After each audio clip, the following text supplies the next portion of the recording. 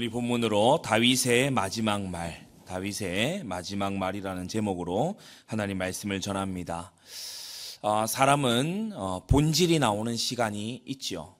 그 본질이 나오는 시간에 자기도 모르던 자기의 모습을 발견할 수가 있는 겁니다.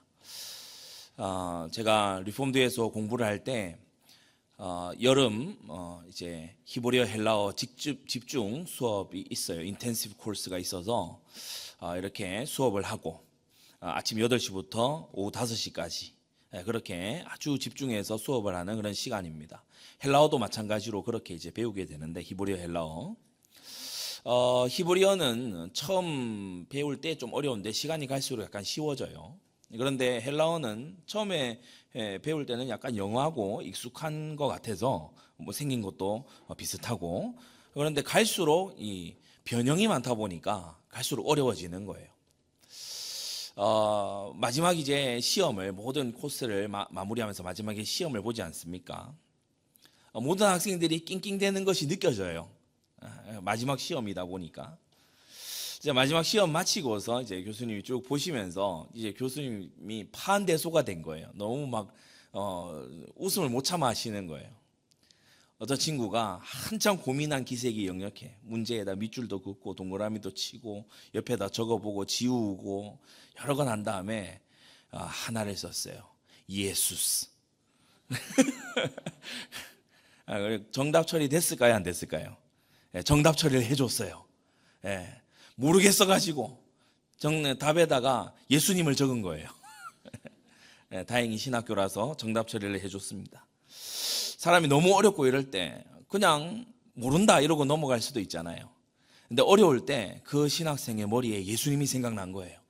그래서 이 모르겠는 문제 앞에서 내가 예수님을 적어야겠다. 그래도 헬라어 시험이니까 지저스라고 안 적고 예수스라고. 다행히 그건 적을 수 있었나 봐요. 그래서 이제 적었어요. 그러니까 교수님이 너무 재밌잖아요. 그 다음 이제 학기 때 이제 어떻게 했는가 하면은 모르는 문제가 있어서 예수님이라고 적으면 정답 처리해 주겠다. 어떤 친구 예수 다 적었는데 그렇게는 안 된다. 위기와 갈등과 어려움이 올 때 사람은 본질이 나오죠.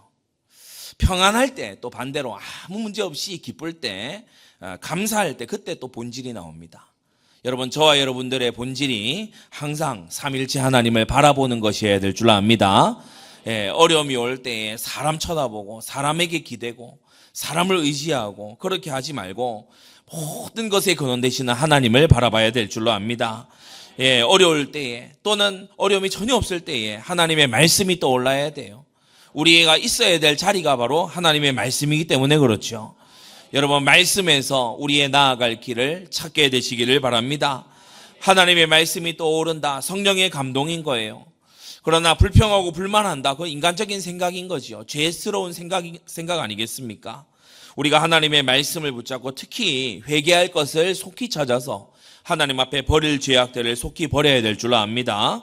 죄를 자복하고 집중해서 기도하는 속에 들어가면 하나님은요, 우리에게 약속하신 성령의 감동을 주시는 거예요. 아버지께서 내 이름으로 보내실 성령, 그가 너에게 모든 것을 가르치시고 모든 것을 생각나게 해주시겠다고 했어요. 그래서 그러한 약속이 이루어질 줄로 믿습니다. 그래서 성령의 감동함을 덧입으면요, 사람이 행할 길, 택할 것 깨닫게 되는 거예요. 우리가 이 속에 들어있어야 되는 것입니다. 시편 32편, 오늘 우리 교동문의 본문이기도 했는데요, 다윗은 항상 회개하는 속에 있었어요. 지난주에도 말씀드렸죠. 사울의 그 말로 다 할 수 없는 추격 속에서 다윗은 정말 피하고 싶은 게 있었어요. 사울의 칼보다도 더 피하고 싶었던 것이 뭐냐? 죄 짓는 것을 피하고 싶었습니다. 여러분, 우리에게 정말 소원 중 소원이 죄를 버리고 하나님께 대하여서 살아가고 순종하는 것이어야 될 줄로 압니다. 오늘 다윗의 마지막 말을 가지고 4가지로 크게 말씀을 받겠습니다. 첫째, 다윗의 별칭이 나오고 있어요. 우리가 옛 고려나 조선시대 때 보면 호나, 자 이런 것을 별칭으로 가지고 있는 경우 있죠. 여러분이 한 번쯤 들어보셨을 오성과 한음, 이런 사람들도 보면 자나 호를 이제 가지고 또 다른 별명을 가지고 살지 않습니까? 남이 붙여주는 별명도 있고 또 스스로 이렇게 갖게 되는 별명도 있어요. 인생 후반부에 갖게 되는 별칭은 그의 인생을 요약해서 보여주는 것입니다. 그의 인생이 어떠하였다, 그것을 요약해서 보여주는 그러한 이름인 거지요. 세 가지로 23장 1절에 말씀하고 있는데, 다윗의 마지막 말이라 이새의 아들 다윗이 말하며 높이 올리온 자, 야곱의 하나님께서 기름 부음 받은 자, 이스라엘의 노래 잘하는 자, 이렇게 말씀했어요. 첫째, 높이 올리온 자다. 원래는 낮은 자였으나 높이 올리온 자다. 하나님께 선발된 자다. 아버지의 양을 치던 목동의 형편에서 어느 날 하나님께 발견돼 가지고 열국의 왕으로, 열방의 으뜸으로 하나님께 부름을 입었어요. 성도 여러분, 다윗이 이렇게 부름 입은 것과 저와 여러분들이 어느 날 하나님의 자녀로, 왕의 자녀로 부름 입은 것이 과히 다르지 않습니다. 오히려 저와 여러분들의 이 구원의 부르심이 더욱더 가치 있는 부름인 줄로 믿습니다. 다윗은요, 그림자에 속하는 약속을 붙잡았어요. 그러나 우리는 오신 예수 그리스도를 알고 믿게 되었으니 얼마나 더 높이 올리운 자가 되는 것입니까? 이렇게 높이 올리운 다윗도요, 죽을 고비를 여러 번 거쳤습니다. 왜 그렇습니까? 바로 그 높은 지위에, 하나님이 주신 높은 직분에 합당하기 위해서 하나님께서 어려움을 겪게 하신 거 있죠. 목동에서 왕이 될 자입니다. 왕은 뭐 하는 사람입니까? 그 왕국 내에 모든 사람들의 운명을 쥐고 있는 사람이에요. 그 왕국을 이른바 책임지는 사람입니다.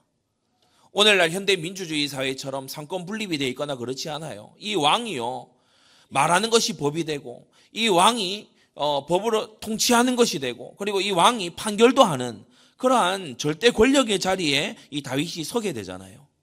그런데 그러한 권력을 가지고 있을 때 기도 안 하면 어떻게 되겠어요?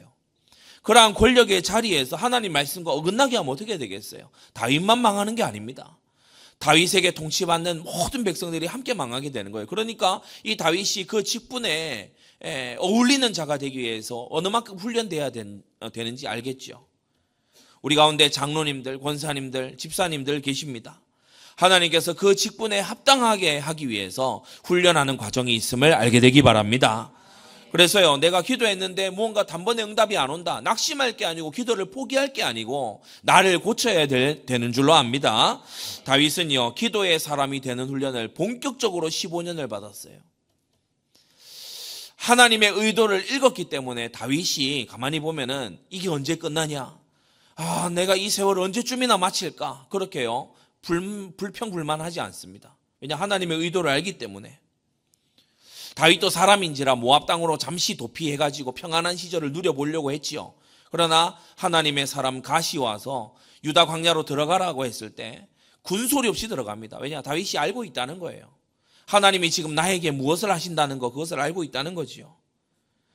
여러분, 죽을 고비와 환난과 어려운 가운데서 하나님의 말씀 속으로 피하시기를 바랍니다. 하나님의 말씀으로, 율법과 말씀 속으로 피한다면 고난은 제 역할을 하고 있는 겁니다. 그러나 우리가 하나님의 말씀을 이탈한다면요, 그것은 의의 고난으로 역할하지 않고 우리에게 올무가 되고 굴레가 되는 것이죠. 여러분, 고난을 선용하시기 바랍니다. 그것을 악용하지 말고. 사람이 나를 어렵게 합니까? 상황이 나를 어렵게 합니까?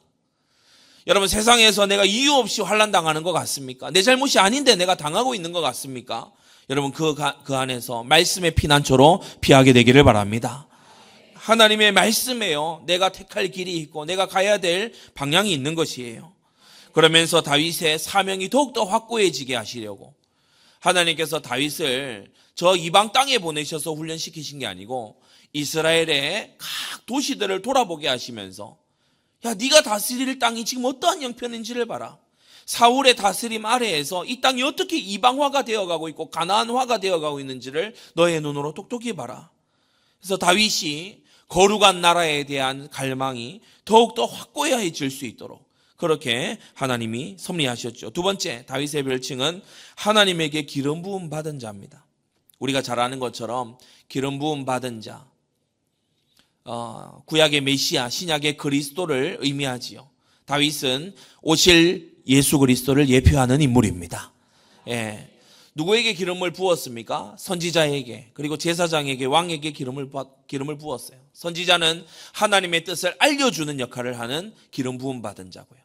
제사장은 피를 가지고서 백성의 죄를 하나님 앞에 대속하는 그 일을 담당하는 기름 부음 받은 자고요. 왕은 하나님의 율법과 그 계명을 가지고서 백성들을 잘 다스리는 그런 역할을 맡은 역시나 기름 부음 받은 자입니다. 예수께서 그리스도이시다라는 것은 예수님 그가 바로 이 땅 가운데 성육신하신 말씀 그 자체이시고 선지자, 예수님 그분께서 당신의 피로 영원한 속죄를 이루시는 제사장이시고, 하나님의 뜻을 가지고 우리를 다스리시는 왕이시라는 뜻입니다. 사무엘상 16장에 보면요, 이새의 아들 다윗을 만나니 내 마음에 합한 자라고, 하나님의 마음에 합한 자라고 그렇게 말씀하고 있고, 사무엘하 2장에도 보면은 헤브론에 올라가서 이제 백성들과 언약을 맺고 왕이 되지요. 사무엘하 5장에요, 예루살렘에서 다시 한번 백성들과 언약을 맺고 하나님 앞에 기름 부음 받고 왕이 됩니다.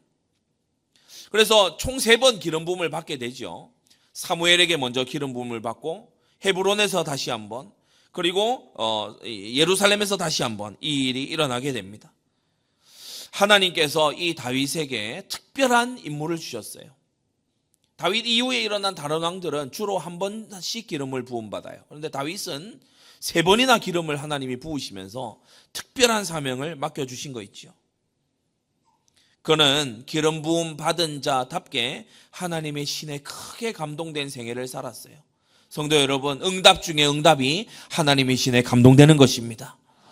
여러분, 우리가 기도해야 될 것 중에 해야 될 것이 하나님이 나와 함께 하시는 것입니다. 하나님께서 여러분을 긍휼과 사랑의 마음으로 함께 하실 수 있도록 순종하는 제자들 되시기를 바랍니다. 하나님이 함께 하시는 이 힘이 있으면 모든 것을 이겨나갈 수가 있어요. 대적만 이기는 게 아니에요. 자신의 옛 체질도 이겨요. 자기 안에 있는 죄의 욕구도 이겨요. 자기 안에 꿈틀거리는 육신의 정욕도 하나님이 함께 하시면 이겨나갈 줄로 압니다. 그러면서 3번째, 다윗이 또 어떤 별칭이 있었냐? 이스라엘의 노래 잘하는 자. 이스라엘 민족과 우리 민족이 많이 비슷한 부분이 많은 것 같아요. 우리나라도 외침을 많이 받았지 않습니까? 침략을 많이 받았어요. 이스라엘도 마찬가지입니다. 이스라엘 중에도 보면요, 노래 잘하는 사람들이 많아요. 그러니까 원래 여러 가지 사연이 있어야 노래가 나오는 거거든요. 우리나라도 보면요, 이 노래가 굉장히 구성지고 또 이 어떤 음악과 이런 문화 이런 것을 가지고 세계에 유명한 그런 나라죠. 여하튼 이 다윗은 이스라엘의 대표적인 싱어송라이터였어요. 노래만 하는 게 아니고 작곡도 하시는 그런 이제 분이십니다. 이스라엘의 노래 잘하는 자. 우리가 참 재밌는 사실은 노래 잘하는 자가 말하도다라고 다윗이 말하고 있다는 사실입니다. 하나님의 영감으로 기록된 성경인데 다윗 스스로가 이스라엘의 노래 잘하는 자가 말하도다, 그러면서 자기가 말해요. 웬만하면 이제 자기가 노래 잘한다고 말하기 어려운데 노래를 잘하기 때문에. 이 다윗의 노래는 그냥 노래가 아닙니다. 성령의 감동 속에서 하나님께서 부르게 하신 노래예요. 그게 시편의 거의 절반 이상이, 150편의 시편 중에 절반 이상이 다윗의 시편이죠. 영원한 하나님의 말씀을 노래했어요. 2절에 보시면 여호와의 신이 나를 빙자하여 말씀하시며 그 말씀이 내 혀에 있도다. 그래서 영감을 덧입어서 노래한 사람이죠. 시편의 노래 중에 정말 깊이가 있고 곱씹을 그러한 노래들이 많고 많지만 여호와의 율법은 완전하여 영혼을 소성케 한다. 여러분, 망고의 진리인 줄로 압니다. 여러분, 이 말씀이요, 얼마나 반율법주의로부터 우리를 건지는 말씀입니까? 여호와의 율법 완전하여 우리가 지키기 어렵다가 아니고 여호와의 율법을 완전하여 부담스럽다가 아니고 여호와의 율법을 완전하여 영혼을 소성하게 해준다. 영혼을 다시금 살아나게 해준다. 여호와의 증거는 확실하여 우둔한 자로 지혜롭게 한다. 지혜가 혹시 부족한 것 같습니까? 세상이 내가 모르는 것으로 돌아가는 것처럼 막막합니까? 여호와의 증거를 묵상하십시오. 여호와의 교훈은 정직하여 마음을 기쁘게 한다고 했어요. 사람은요 속고 속이는 거 있지요. 그러나 여호와의 교훈은 정직합니다. 우리의 마음을 기쁘게 해주고요. 여호와의 계명은 순결하여 눈을 밝게 해주는 줄 믿습니다. 여러분, 그래서 여러분이 무언가 택할 것이 잘 보이지 않는다. 하나님 계명대로 가면 됩니다. 그러면요 주님의 계명을 이 사랑함으로 순종하는 자는요 하나님께서 마침내 지혜로운 자가 되게 해주시는 거예요. 다윗은 이러한 별칭을 가지고 인생을 살아왔던 사람이에요. 그 두 번째, 다윗은 자신에게 숨어있는 비밀을 말합니다. 첫째, 여호와의 신이 나를 빙자하여 말씀하시며, 하나님의 영감된 말씀, 감동된 말씀이 이 다윗에게 있었어요. 물론 다윗이 내게 말씀이 있으며 라고 얘기하는 것과 오늘날 우리들이 말씀에 감동을 받는다는 건 서로 질적으로 다릅니다. 하나님은 다윗에게, 성경의 저자들에게 특별히 영감해서 말씀하셨죠. 그러나 성령의 조명하심이 저와 여러분들에게도 분명히 있는 줄 압니다. 이 영감과 조명을 어떻게 이제 설명하느냐? 한 신학자는 이렇게 설명해요. 바빙크였던 것 같은데 이렇게 설명을 하는 거예요.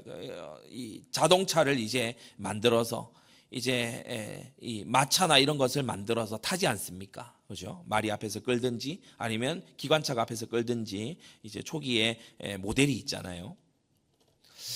그 차를 만드는 것은 영감의 일이에요. 그 차를 운전하는 것은 조명의 일과 같아요. 그래서 차를 만들어 놓은 다음에 차를 더 이상 만들진 않아요. 여러분이 어떤 감동을 입었다고 그게 하나님의 말씀 성경이 되지는 않습니다. 하지만 그 차를 잘 운전하게 되면 차가 가진 모든 유익을 누릴 수 있는 것처럼, 그것처럼 하나님의 성령의 조명함을 덧입으면 영감된 말씀을 잘 쓰게 될 줄로 믿습니다. 그래서요, 내가 걸어가서는 갈 수 없는 길을요, 성령의 감동을 덧입어서 마치 빠른 자동차를 타고 가는 것처럼 그렇게 갈 수 있게 되는 거예요. 강한 힘을 가지게 되는 거죠. 내가 나의 발로 걸어갔으면 걸려 넘어졌을 돌뿌리를 이 자동차는 거침없이 넘어가지 않습니까? 그것처럼 성령의 힘을 덧입으면, 능력을 덧입으면 내가 걸릴, 나로서는 헤쳐나가지 못할 시험과 난관을 이겨나갈 수가 있게 되는 겁니다. 성령의 충만함을 받으라, 성령의 능력을 받으라. 여러분, 이것이 성경이 우리에게 요구하고 있는 바입니다. 하나님의 사람은요, 말씀이 영혼 속에 자리 잡고 있어요. 그래서 하나님의 말씀이 이러하다라고 하면요, 나의 생각도 거기에 맞춰지고 나의 감정도 거기에 맞춰지고 나의 뜻과 계획도 거기에 따라 수정되는 것이 하나님의 사람입니다. 여러분, 말씀이 우리의 양심을 주관해야 될 줄로 믿습니다. 하나님의 말씀이 우리의 마음을 뒤덮어서 주님께서 사용하실 수 있는 우리의 마음이 되어야 돼요. 주님의 주님의 그 운전대가 잡고 가는 마음이 되어야 될 줄 압니다. 제가 자주 비유로 드는 말씀 있죠. 저는 미국이나 해외나 여기를 갈 때에 비행기를 딱 탈 때 조종석에 가서 앉지 않습니다. 왜냐? 조종석은 제 자리가 아니에요. 조종석은 그 비행기를 잘 몰 수 있는 훈련된 숙련된 파일럿이 앉아주셔야지 내가 앉을 자리가 아니에요. 저는 뒤에서 편안하게 누리면서 가면 돼요. 여러분, 우리가 인생을 갈 때에 계속해서 실력도 안 되고 지혜도 없고 내 스스로 절제도 안 되면서 내 인생의 조종석에 가서 앉으려고 하는 경우가 있어요. 여러분, 인생 가는 게요, 보잉 비행기 모는 것보다 까다롭고 복잡하고 어렵습니다.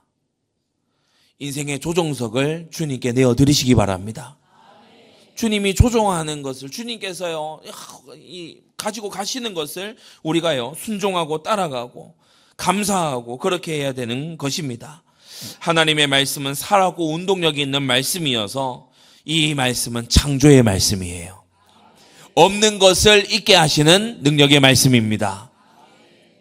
이게 되겠냐? 그런 말 하지 말고, 그런 생각하지 말고 창조의 말씀을 믿음으로 나아가시기 바랍니다. 맹세의 말씀입니다. 주 예수를 믿으라. 그리하면 너와 내 집이 구원을 얻으리라. 예, 맹세의 말씀입니다. 약속의 말씀입니다. 지금 당장은 안 이루어지는 것 같아도 장차 이루어질 약속의 말씀입니다. 우리가 어떤 사람하고 오후 2시에 만나자 얘기하면요, 12시, 1시에는요 그가 그 자리에 없어요. 왜냐? 2시에 만나자 했기 때문에. 1시 반이 돼도 그 자리에 없을 수 있어요. 1시 50분쯤 되면요 그 어딘가에서 걸어옵니다. 2시 되면요 거기 만나는 거예요. 약속을 지키는 사람도 그러한데 우리 하나님은 약속을 지키시는 하나님이에요. 예, 당장은 안 이루어지는 것 같아도 약속은 반드시 이루어진다. 미리 말씀하시기 때문에 예언의 말씀이에요. 여러분, 이 말씀에 인생을 정말 놓고 안전에 거하게 되시기를 바랍니다. 다윗은요 그 말씀이 내 혀에 있도다라고 했어요. 여러분, 우리가 말씀을 듣는 것도 중요하지만 말씀의 사역자가 되시기 바랍니다. 오늘 일부 말씀에서도 이것으로 형제를 깨우치면 양육을 받으리라. 오늘 2부 강단 말씀에서도 그 말씀이 내 혀에 있도다. 여러분, 말씀을 말해야 됩니다. 듣든지 아니 듣든지 전달자가 돼야 됩니다. 그때 우리의 믿음이 자라나게 되는 거예요. 지난주에도 말씀드렸지만 믿음은 들음에서 나요. 맞습니다. 믿음은 들음에서 납니다. 하지만 들음만으로 믿음은 완전히 자라지 못해요. 말씀의 사역자가 되어야 돼요. 이것으로 형제를 깨우치면 네가 양육을 받으리라. 그래서요, 선한 사람은 그 쌓은 선에서 선한 것을 낸다고 했어요. 악한 사람은 그 쌓은 악에서 악한 것을 낸다고 했죠. 우리 성도님들은 그런 거 하지 마세요. 어느 자리에 가서 누군가 나에게 막 엄청 면박을 줬어. 그래서 그게 마음에 딱 담겨진 거야. 그래가지고 이제 다음에 되돌려 줄 거를 막 생각해. 우리 그런 경우 있잖아요. 내가 그때 그렇게 맞받아 쳤어야 되는데 하면서요, 그날 밤에 이불킥 하고 있습니다. 하면서 막. 여러분, 그런 악한 생각에 여러분 치우치지 말고. 목사님 어떻게 압니까? 저도 그러니까 알아요. 예, 저도 부족한 사람이잖아요. 근데 그런 데에 우리가 심취하지 말고, 여러분, 우리 마음에 선한 것을 쌓아야 됩니다. 그럼 말씀 운동의 스케줄을 잡으면 이게 돼요. 예, 사역의 스케줄을, 구역 예배의 스케줄이 있으면 이게 된다고. 왜냐? 이제 가서 내가 말씀 전해줘야 되잖아요. 예, 말씀 전하기 전부터 나는 말씀 속에 있게 되는 거예요. 예, 맞습니까? 예, 안 해본 사람들처럼 왜 이렇게. 말씀 전하러 가기 전에 이미 내게 준비를 해야 되니까 말씀이 내 안에 머물게 되잖아요. 그래서 가르치면서 가장 많이 배우게 된다.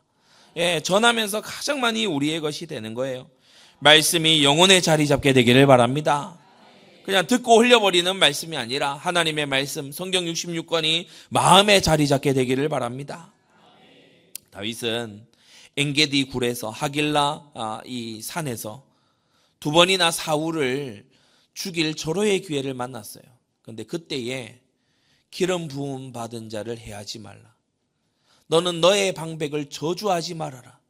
출애굽기의 그 말씀. 그것이 다윗의 마음을 휘어잡은 거예요. 다윗이 상황만 보고 있으면 자기와 함께한 장수들처럼 딱 합니다. 특히 하길라 산에서 다윗과 함께 그 진영으로 들어갔던 아비새, 충직한 장수, 이 아비새가 뭐라고 얘기했죠? 이건 여호와께서 주신 응답이다. 2번 찌를 것도 없다. 나에게 허락해달라. 그러면 사울을 단번에 딱 처리를 하고 우리는 이 지긋지긋한 도망자 생활에서 우리는 벗어날 수 있다. 다윗이 그 말이 솔깃했을 수 있잖아요. 그리고 눈앞에 펼쳐진 것도 보니까 2사람이 들어가는데 무려 3,000명이 넘는 사람들이 아무도 안 깨요. 저는 집에서 3,000명이 아니고 애기 1명인데 깨더라고. 뭘 안 하는데 깨. 근데 이 3,000명이나 되는 사람이 도대체 어떤 잠이길래 다들 새벽 기도를 했는지 안 깨요. 그래 이제 2번 찔 것도 없어. 절호의 기회로 아비새가 딱 보이는 거예요. 그런데 다윗은 아니에요. 그 상황이, 그 장면이, 그 사람의 말이 다윗의 마음을 잡고 있었던 게 아니고 하나님의 말씀이 자기의 마음을 잡고 있었어요. 여러분, 이 은혜가 임하게 돼야 될 줄 압니다. 왜 정통한 교회에서 왜 성경을 자꾸 읽으라고 얘기를 하냐? 성경 읽어봐야 별 볼 일 없다 이런 얘기는 저 사이비에서나 하는 거지. 이 부분만 보면 된다. 신천지 가면 계시록만 보면 된다 그러잖아요. 그렇지 않고 성경의 모든 말씀을 부지런히 보셔야 된다고 얘기를 하는지 하나님의 말씀이 우리의 마음을 지배해야 되기 때문입니다. 말씀이요 다윗을 인도했어요. 저와 여러분들도 이래야 되지 않겠습니까? 순간적인 감정이 나의 어떤 쓰디쓴 어떤 감정과 기분이 나를 주장하는 게 아니라 나의 원한이 나를 주장하는 게 아니라 하나님의 말씀이 나를 주장해야 돼요. 가장 큰 나를 실패시키는 가장 큰 게 내 안에 있어요. 다른 데 있는 게 아니에요. 하나님의 말씀이 우리를 다스려 주셔야 된다는 것입니다. 세 번째, 다윗 그가 갖춘 것이 무엇이냐? 하나님께서 다윗을 인정하는 말씀을 하시죠. 3절에 보시면 이스라엘의 하나님 말씀하시며 이스라엘의 바위가 내게 이르시기를 사람을 공의로 다스리는 자, 하나님을 경외함으로 다스리는 자요. 이것은 이제 다윗의 별칭이라기보다 하나님이 다윗을 어떻게 보시는가입니다. 첫째, 이스라엘의 하나님, 이스라엘의 바위가 이르시기를 신실하신 하나님이지요. 크나큰 바위, 크나큰 거암, 거대한 암석이 흔들리는 일이 있습니까? 없습니다. 말씀이 불변하고 변함없이 언약을 지키시는 하나님이에요. 여러분, 그래서 사람은 다 거짓되되 하나님은 참되십니다. 나의 이 말을 듣고 순종하는 자, 반석 위에 집을 지은 지혜로운 자와 같다고 했어요. 여러분, 우리는 이러한 인생을 살아가야 되는데 다윗이 그렇게 인정함을 받았다는 것입니다. 두 번째, 하나님께 통치받는 통치자예요. 공의로 다스리는 자, 하나님을 경외함으로 다스리는 자라고 했죠. 오늘날 우리들은 우리나라뿐 아니라 지금 전 세계에서 일어나는 통치자들의 모습을 보고 있습니다.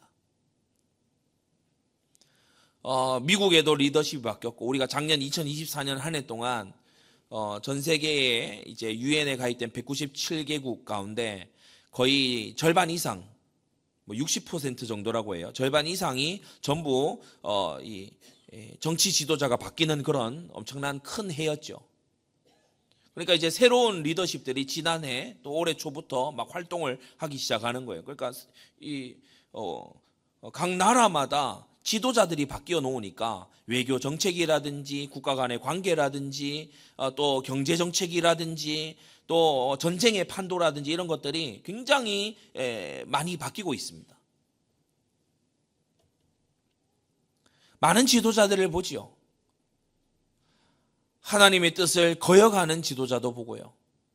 또 하나님께서 아끼시는 주의 백성들을 보호하려는 그러한 지도자도 우리가 봅니다. 우리는 하나님의 마음에 드는 나라가 우리나라 되기를 바랍니다.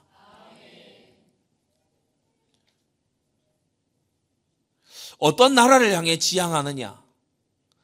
이런저런 복잡한 지금 우리나라도 정치적으로 혼란스러운 그런 상황 속에 있지만은 여러 가지 상황 속에 우리가 가져야 될 것은 분명해요. 교회가 살아서 교회가 전도하고 선교하는 그러한 나라를 향해 가야 됩니다. 누가 뭐라고 해도요, 기독교인이라면, 신자라면 교회가 문 닫고 교회를 포크레인으로 없애버리고 교회를 잔해하는 그러한 나라와 가까이 가서 그러한 나라화 되려고 하는 그런 것은 우리는 동의할 수가 없는 것입니다. 예배를 금지하고 예배 드리는 사람을 감시하려고 그러고 그리고 불이익을 주려고 하고 이런 어떤 정치 세력이 우리는 등장하지 말아야 되는 것입니다. 교회와 가정이 파괴되는 이런 일이 없어야 될 것이고 우리가 이를 위해서 기도해야 됩니다. 다윗은요, 그 이전의 통치자 사울하고 달랐어요. 사울은 경건한 자들의 재산과 지위를 약탈하는 그런 왕이었거든요. 그러나 다윗은 달라요. 하나님께 통치받는, 자기가 왕이지만 더 위에 계신 참된 왕 하나님께 통치받는 그런 왕이었어요. 이러한 왕이 오늘날에도 여러 나라들에 많이 나와야 됩니다.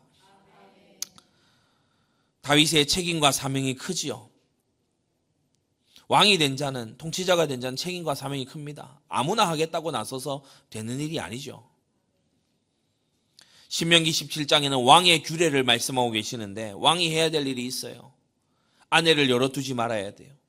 말을 막 쌓아놓고 그러니까 군비를 막 증강시켜놓고 하나님을 의지하지 않는 그런 것도 하지 말아야 돼요. 애굽으로 돌아가는 거 그거 하지 말아야 돼요. 예전의 삶으로 불신 시절의 삶으로 돌아가는 그거 하지 마라. 뭘 할 거냐? 해야 될 거. 율법서를 등사하여 평생에 옆에 두고 그 말씀을 읽고 배우고 준행해야 되는 것입니다.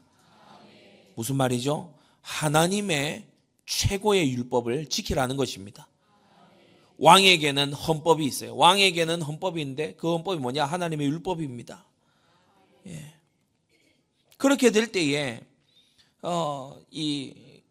그 해가 장구하고 그 통치의 연수가 길 것이라고 신명기 17장에 약속하고 있어요.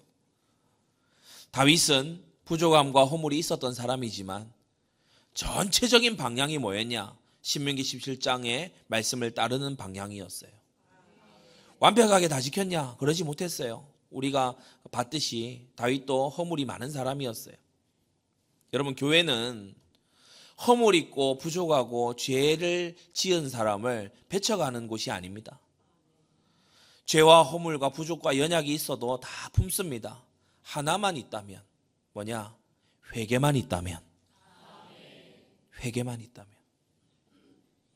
죄를 알고 이것을 버리려고 애쓰고 있다면 우리는요 다 품을 수 있어요.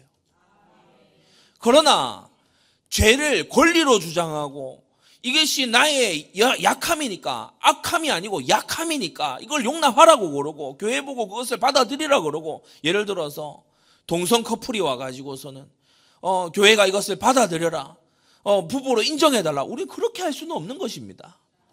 예, 그렇게 할 수는 없는 거지요. 다윗이요 범죄한 적도 있었어요. 다윗이 일평생 흠없이 살았냐? 전혀 그렇지 않아요. 일단 아내도 여럿이에요. 다윗이 실수한 적도 있어요. 그러나 그는 평생에 하나님의 말씀을 향해서 달려갔던 생애를 살았습니다. 우리도 그래야 될 줄로 압니다. 그래서 4절에 말씀하지요. 저는 돋는 해 아침빛 같고 구름 없는 아침과 같다.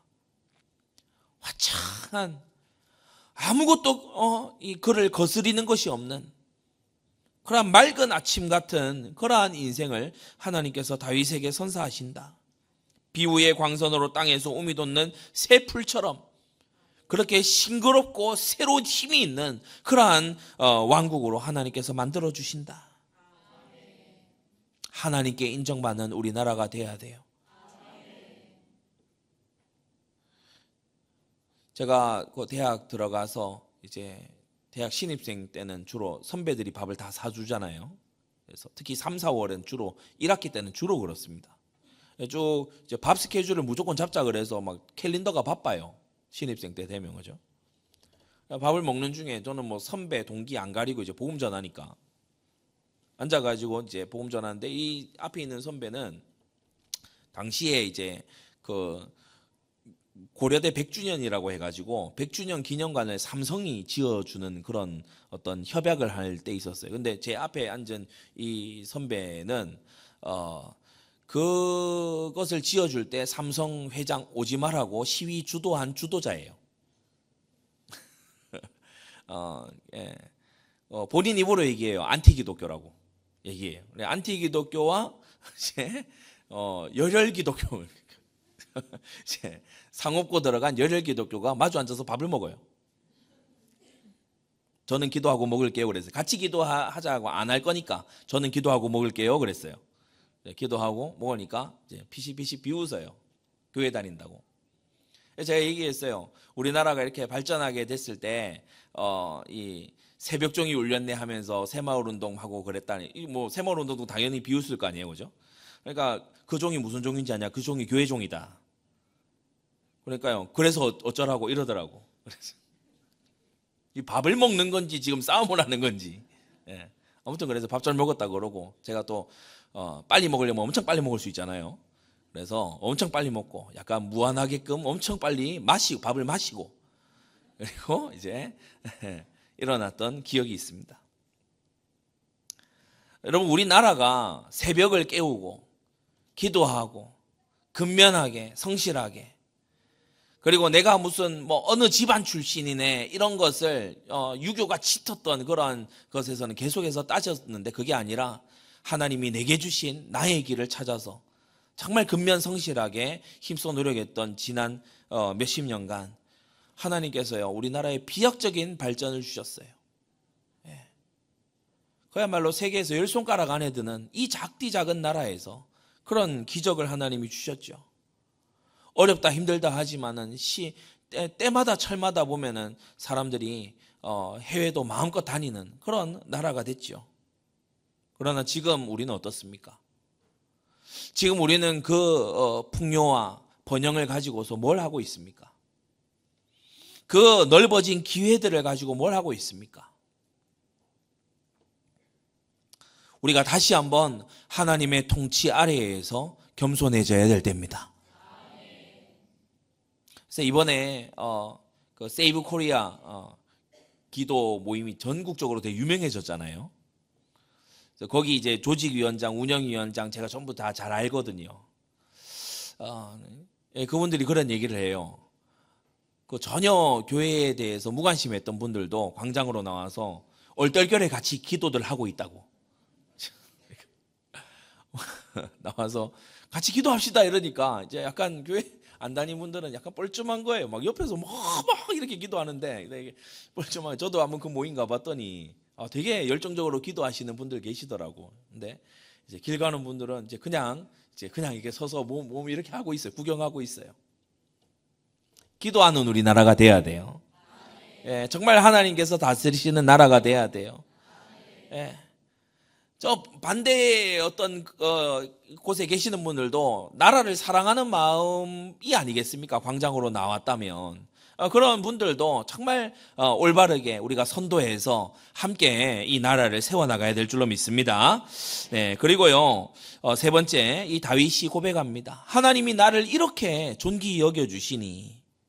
너무 감동적인 말씀 아닙니까?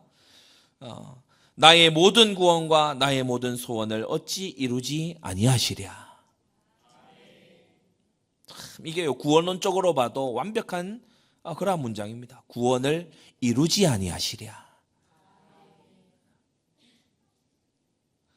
너희 속에 착한 일을 시작하신 이가 그리스도 예수의 날까지 이루실 줄을 우리가 확신하노라. 시작하신 분이 마치실 것입니다. 구원을 이루지 아니하시랴. 소원을 이루지 아니하시랴. 여러분, 궁극적으로 구원의 소원은요 두 가지로 나타나요. 법적인 구원, 칭의라고 부르죠. 본색의 변화, 성화라고 말합니다.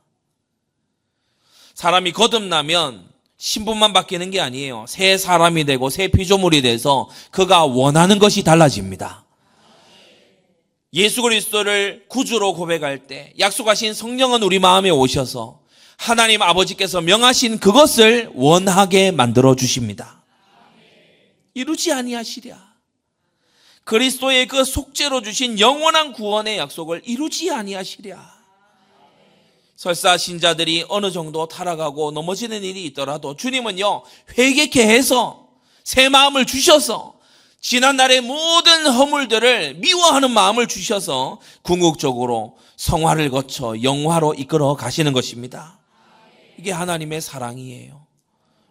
하나님께서 긍휼을 베푸시는 거예요. 지금 저와 여러분들이 그 길을 가고 있지 않습니까? 마지막 네 번째, 그러나 6절 7절 그러나 사악한 자는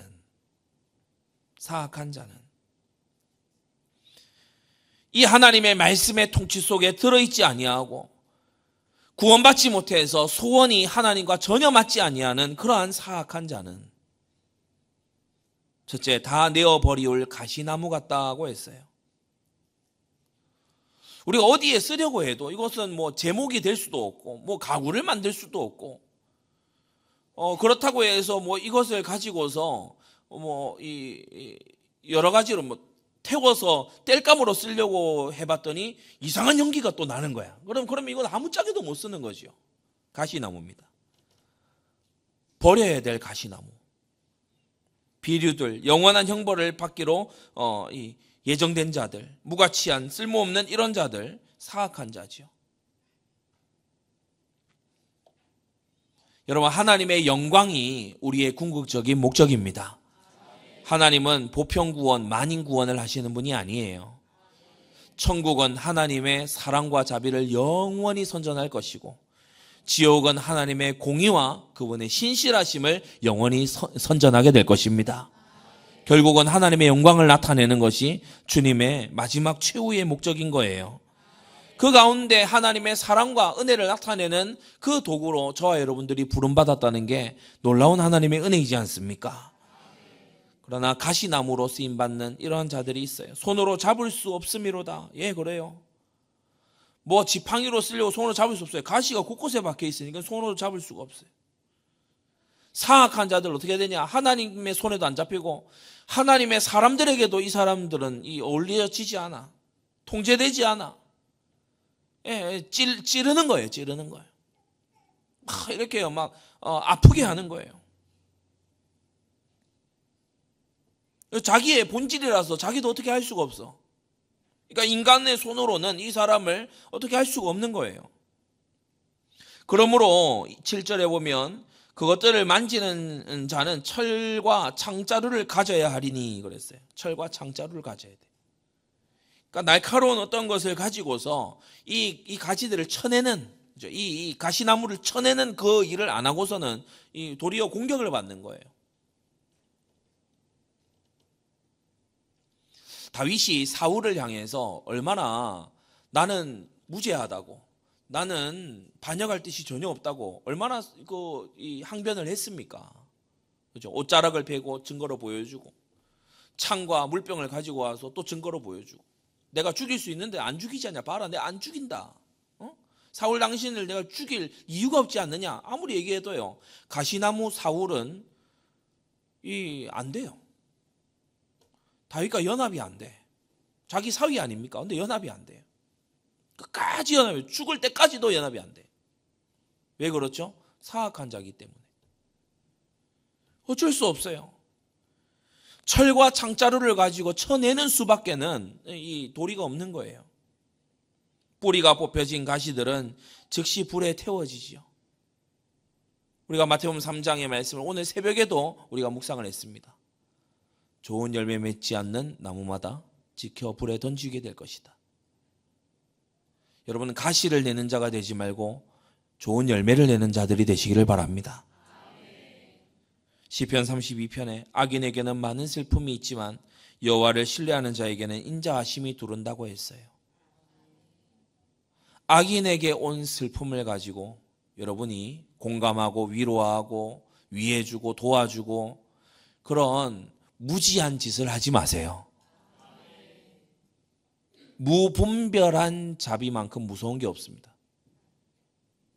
예전에 어떤 한 사람 만났더니 그런 얘기를 해요. 하나님이 사랑인데 마귀는 왜 구원 안 하냐? 그거는 자기 생각이 도를 지나친 거예요. 마귀를 지옥불에 멸하시는 하나님보다 자기가 더 사랑을 생각한다는 거잖아. 그게 얼마나 교만한 생각입니까? 우리는 믿음의 분량대로 지혜롭게 생각하고 겸손하게 생각할 줄 알아야 됩니다. 결론입니다. 우리는 날마다 하나님의 신의 충만함을 덧입어야 돼요. 시마다 때마다 하나님의 말씀에 감동을 덧입게 되기 바랍니다. 특히 위기의 순간에 궁지에 몰렸을 때, 아무도 내게 도움 주지 아니할 때, 내가 다급할 때, 바로 그때에 하나님의 말씀이 나를 이끌어 주셔야 돼요. 여러분, 평생을 살아볼 때 다윗은 이것을 결론으로 내리고 있어요. 하나님의 말씀이 나에게 있었다. 하나님의 말씀이 내 혀에 있었다. 다윗의 마지막 말, 그의 유언과도 같은 이 메시지에 다윗은 이 말을 하고 있습니다. 여러분, 하나님의 신에 감동되는 것, 이 하나 안에 10,000가지가 있음을 알고 승리하게 되시기를 바랍니다. 기도하겠습니다. 거룩하신 아버지 하나님, 오늘 다윗의 마지막 말을 통해서 그의 일평생이 무슨 비밀을 가지고서 이루어져 왔는지, 또 그는 어떻게 그리스도의 예표로서 살아왔는지 우리가 보았습니다. 하나님 아버지, 우리의 인생도 하나님의 말씀에, 성령의 감동에 사로잡힌 생애가 되게 하여 주시옵소서. 우리 사랑하는 모든 성도들, 하나님께서 기뻐하셔서 그 모든 구원과 소원을 이루어 주시는 주님의 복된 생애 될 수 있도록 은혜 베풀어 주시옵소서. 예수 그리스도의 이름으로 기도드리옵나이다. 아멘.